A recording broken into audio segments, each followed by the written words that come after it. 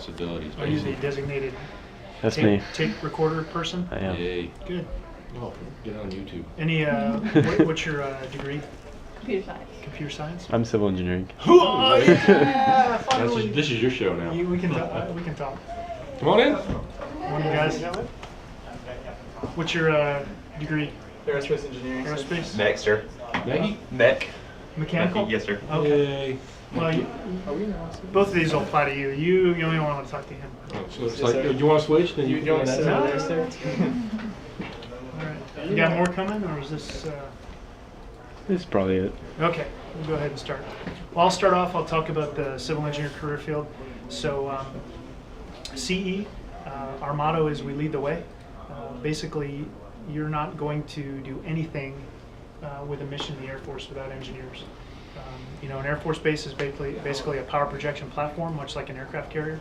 And you're not going to launch an airplane, I don't care what kind of airplane it is, without a runway, some sort of airfield, without power, without lights, without water, all those different things that are integral to getting that aircraft off the ground. As a member of a CE unit, there's three basic tenets to our mission. The first is long-range planning and design and construction. So anything that we need to put on the base, whether that be housing, squadron operations facilities, runways, infrastructure, you know, sewer pipes, all that stuff, officers are going to design and manage that construction program. The other big piece that we do is basically maintenance and repair of the installation. That's primarily on the enlisted side. That's where, you know, you got plumbers and electricians and HVAC techs just going out and fixing things, from putting fixing potholes in the runway to you know, fixing the general's toilet. A lot of different additions there. And then also within CE we have the emergency management responsibilities. So fire department, explosive ordnance disposal, and emergency management. Emergency management is basically disaster prep. You know, prepping for a hurricane or how to recover from a natural disaster. As an officer in a CE unit, you could specialize in EOD, be an explosive ordnance disposal technician. If you've seen the Hurt Locker, basically going out wearing the bomb suit, trying to pick up IEDs on the side of the road, things like that. As an engineer, there's a lot of leadership and command opportunities. Typical CE squadron is between 400 and 500 people, about 200 enlisted, about 100 civilians, give or take, and then a handful of officers. So a lot of opportunities for leadership. If you're in the civil engineer career field, you probably will get a chance to be a commander, which is not the case for a lot of career fields, and you'll probably deploy. I've been in CE for 19 years. I've done a number of different base level assignments and staff level assignments, been to the Pentagon, been overseas, been to Aviano, been to Korea, deployed 3 times to Qatar, Iraq, and Afghanistan, and I've had a chance to command twice, 2 squadrons, one at Cannon and one at Langley. So CE is a pretty exciting career field, a lot of stuff going on, and a lot of leadership opportunities, and we have one of the highest promotion rates of any career field. So because we're so close to the mission, we tend to compete well. We actually get promoted at a higher percentage than the pilots. So pretty good to be a CE dude. Bull, let's talk about developmental. For engineering, we're in the acquisition career field. Basically doing the cradle to grave of whatever system is out there. It can be for anything from aircraft systems to electronic systems to space, weapons, etc. Engineers, we can do different parts of the acquisition program, anywhere from testing to sustainment to logistics to working as assistant program officer, basically your headquarters, your corporate headquarters for a system. Wright Pat being the aircraft system one, Eglin being the weapons. Hanscom is more the electronic systems. LA Air Force Base would be another one for space. So you basically the corporate headquarters working with contractors and also talking with other units, even working with the Pentagon, working on requirements. That's going to be your biggest challenge out there, is making sure requirements are defined fairly well. You're not going to, at least in the acquisition career field, you're not going to have as many command chances early on in your career. You'll have more chances for management, you know, looking over people, working with people. Command for us would be more the material leader, senior material leader, basically by the time you make lieutenant colonel time frame. But the big thing that in the acquisitions that you'll be working with a lot of civilians, which is a kind of good thing because different ones you'll be working with is actual contractors, say like your Boeings, your Raytheons, to ones that are basically contracted for you, that are kind of your subject matter experts that kind of lean on, as well as you have some government civilians that are hired too, that'll be working with you on different programs. A lot of them that you will be working with will be old retired guys that have been in the military, so lean on those guys. Let's see. You'll have opportunities to work at the Pentagon. There's a few overseas assignments that you can try to get with acquisition, depending on which one you go into. Deployments are not as common in the acquisition career field, but you can. Myself, I've been in 17 years. Started off at flight testing out at Edwards when I was first there, working on C-17, C-130Js. Actually worked on the F-22 a little bit out there.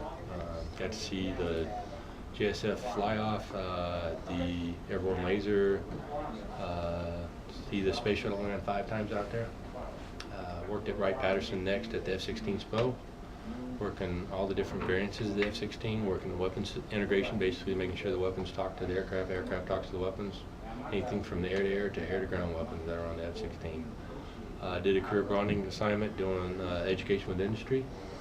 Basically, you could become a civilian, well, not become a civilian, you work as a civilian with different contractors. For me, I got to work with a group called NIA, National Institute of Aerospace, basically a consortium of universities that worked for NASA Langley doing research. But you get to learn the other side of the coin of how contractors work on their side, working in from how they do contracts, how they do financing, how they manage their people, kind of get the insights of working with the CEO, CFO, COO, Chief Operations Officer, Chief Finance Officer, and getting to get the ins and outs, and then how we can do better with the contractors when we do contracting with them. Also, after that, I got to go to Langley to become a part of the AOC, Aerospace Operations Center, Basic Command and Control. 64 different computer systems trying to talk to each other. That's pretty challenging. I actually transferred over from an engineering slot to a program management slot, which you get more program management experience, learning how programs work.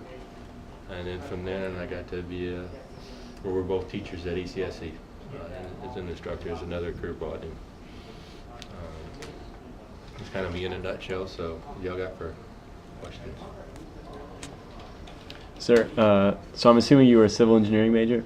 I was environmental in my undergrad, and I got a master's in geotechnical engineering. Okay. How much of that have you used as a civil engineer? Quite a bit. Most of what I've applied my engineering degree toward has been construction management. I've been responsible for over $3 billion of construction in my career at different bases, just building runways, building facilities, building housing. I built over 2,000 houses in my career, base housing. And your basic engineering is going to come in. A lot of slope stability stuff I dealt with in Korea because of monsoons, but as an officer, you're not really going to be the technical expert. You're going to have civilians enlisted that are going to be the real deep technical experts. Primarily what you're going to be doing is leading that effort and having that degree to kind of back you up so you can understand the technical aspects of it. Okay. As a young lieutenant, you'll probably get some opportunities to do some design, especially if you get into a Red Horse unit where you're doing some contingency design, more back of the envelope type stuff, not the real deep, intense design that you would get in an AE firm. Thanks. Go ahead. So you said SPO earlier? I've heard that word before, but I can't think of what. SPO? Yes, sir. System Program Office, basically the corporate headquarters of this. I wanted to ask about that. The system program office, so are they like, you said like there's one for aircraft, one for weapons, things like that. So under like the aircraft SPO, would you then have all the program managers for like F-16, F-15, all that? Or how does that lay out? Like at Wright-Patterson, whereas kind of the corporate headquarters, we're under AFMC, Air Force Materiel Command. Basically under that, they have the different programs. They call it AFMC, LCMC, Life cycle management command? Yeah, the new name basically. But normally what the aircraft, they would have each of the different SPOs underneath that. The programs basically, or the SPOs would be under that. And then you work with either other SPOs or contractors as well as working with DC as far as requirements or ACC. And I know you mentioned in an earlier session, you were talking about flight test and how if you're in a test squadron, you can go into either be, I think you said the flight test engineer. What does a flight test engineer do exactly? No. Most of what the flight test engineer is basically using a lot of your engineering abilities, skills, as well as the knowledge of the aircraft and stuff, and taking data for the aircraft, whatever you're doing. You're writing test cards, you're developing safety plans to make sure that whatever test process you're doing is safe and meets the requirements. You're also sometimes executing the test missions going on there. If you're a full-fledged one that you go through test pilot school, you'll basically be certified to do those things. Me, I was more of an engineer that was on flight experience to do those, and I worked with actual flight test engineers. But I was actually, capturing data and stuff, doing for propulsion systems on C-17 and C-130s when I was doing it. So, when you're saying like if you actually go through test pilot school, are you saying those flight test engineers are people that actually fly the tests, or are No. they like riding back seat or something? Usually, or? the engineers in itself are usually riding the back seat for those. You actually have test pilots that are doing the actual missions, then you have the engineers that are doing the data capture, basically. Okay.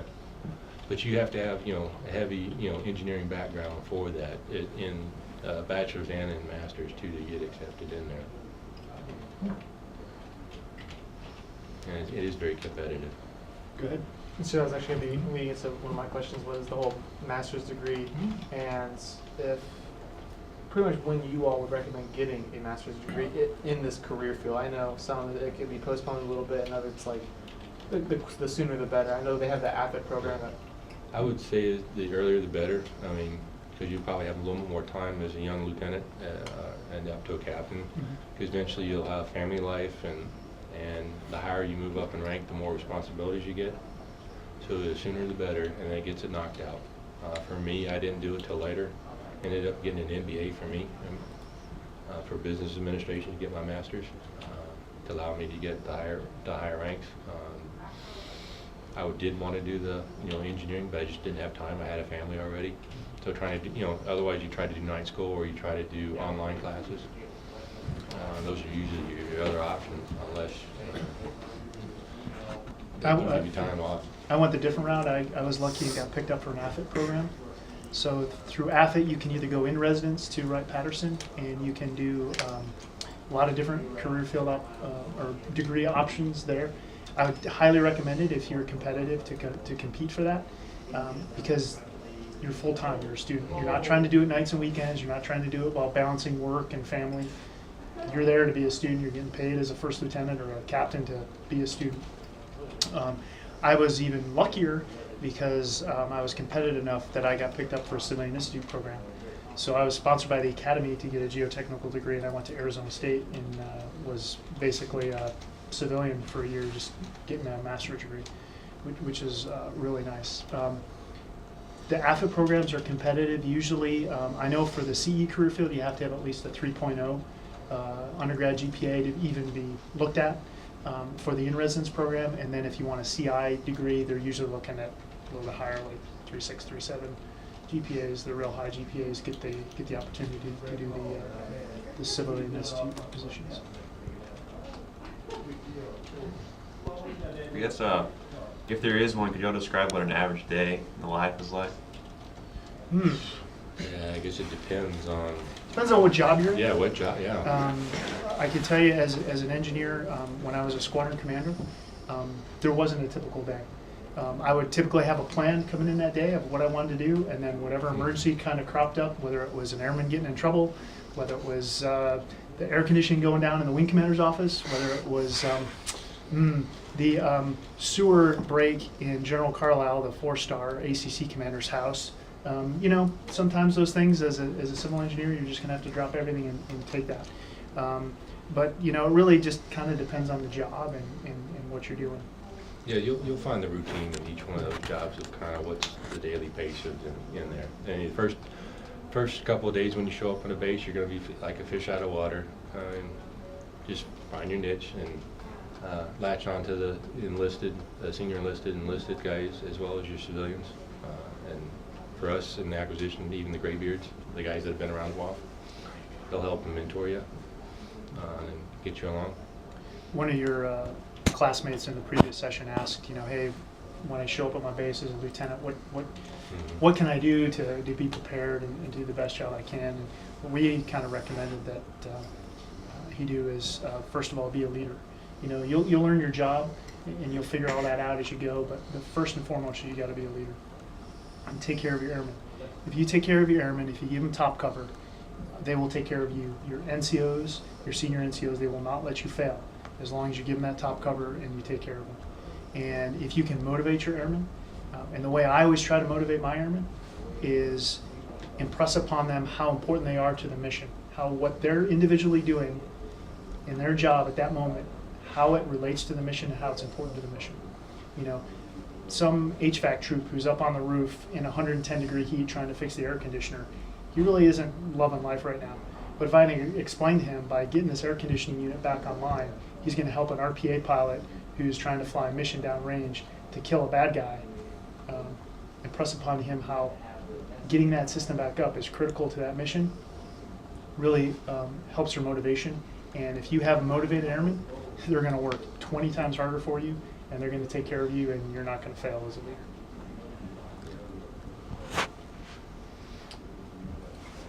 And to finish up with, what we were talking about too, is what a typical day. It depends on the mission for us in engineering. You can be doing actually technical work. Looking at data, going over it, to writing test cards, to doing other different things, to going to meetings and stuff like that. The biggest thing I found as an Staff engineer, meetings. yeah, you'll love those. The biggest thing I found as an engineer, I used my engineering degree somewhat, but I think the biggest thing I used out of my engineering degree is the problem solving, the steps and stuff.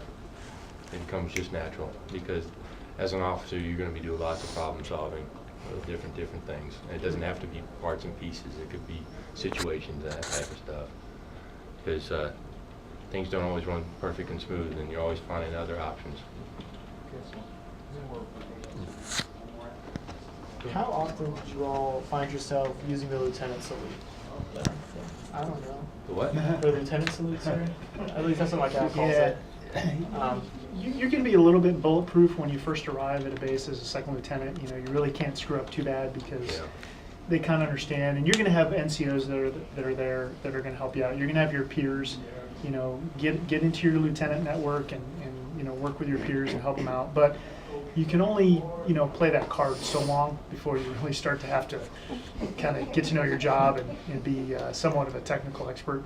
As a commander, when my new sessions would come in, I'd typically try and throw them into the fire with something pretty early on, and I was expecting them to fail.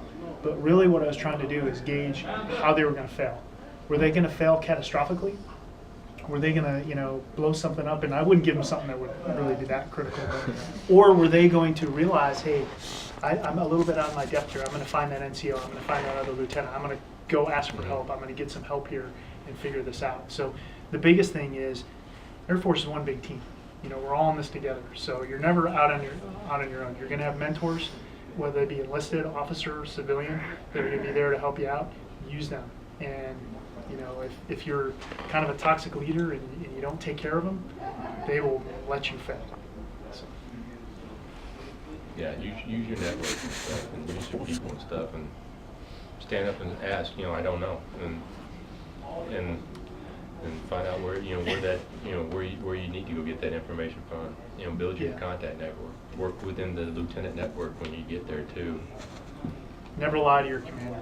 Yeah. The best thing you can do is if you'll have those commanders that play stump the dummy.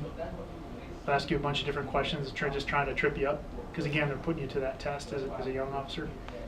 The best answer you can give is, "Sir, I do not know, but I will find out." Just like at field training, If you don't know the answer, I do not know, but I will find out, and then make sure you find out. Yeah, follow up, yeah. Don't try and make stuff up.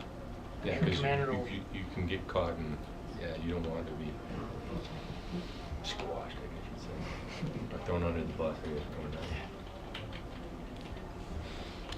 Yeah. Go ahead. My question's more organizational, I guess. If you're the squadron commander of a civil engineering squadron, does that mean that you're basically in charge of the maintenance of an entire base? Yes. Okay. As a civil engineer squadron commander, you have another duty title which is called the base civil engineer, which means every system, every piece of infrastructure on that base is your responsibility. And you've got to figure out how to make sure it's working the right way, how it's supporting the mission. The other thing, as a CE squadron commander, you're also the fire marshal for the base.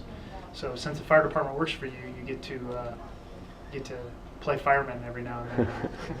Get to ride on the fire truck. Yeah. Get to tell people when they have too many people in a room, or when they can burn stuff or not. So a lot of perks that come with it. Plus, you get a really cool car with lights on top. Oh, nice. You get to drive around. Yeah.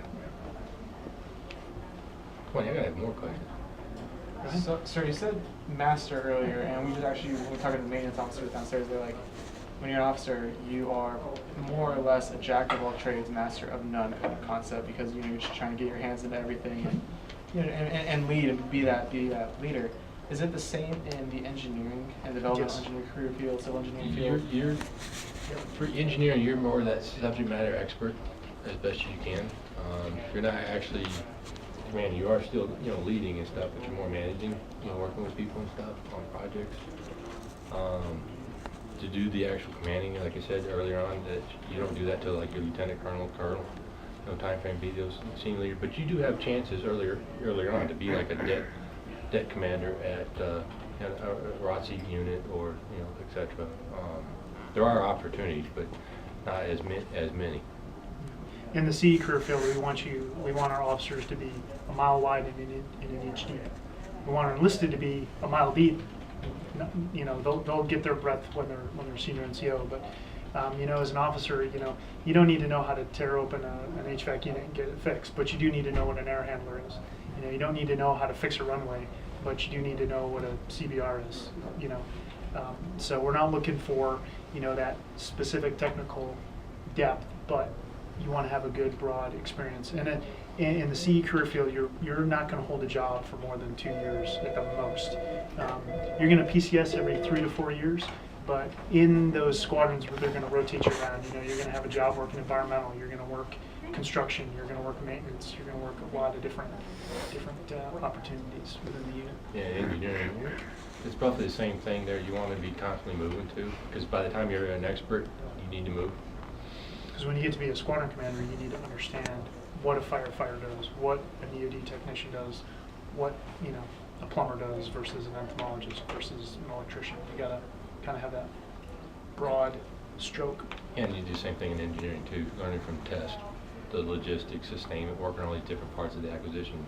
Kind of get a general understanding. If you're working at SPO, you kind of get an insight into a lot of it at one time, and then you can go actually more in depth when you get to those actual other bases for that.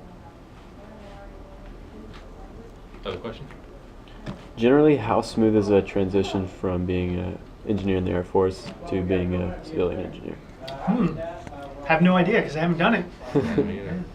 I will tell you that as an engineer, you're very competitive on the job market when you get out, especially for government contracts, because you have all those contacts within the Air Force. A lot of my peers that I know have either gotten out early or retired early, they get snapped up pretty quickly. So the transition can be a little difficult. I've talked to some people that, hey, now I got to pick out what I got to wear every day. I mean, come on, what's up with that? You got a little bit of time to worry about that. Yeah, for sure. But I mean, it's just like any other job. I mean, you compete for it and stuff. They put those timing's everything sometimes too. When the slot opens up and you only have like a couple weeks to put in for it. I mean, it all depends. Time for them to rotate. Sir, actually we're done now, so all of us are going to go downstairs outside to the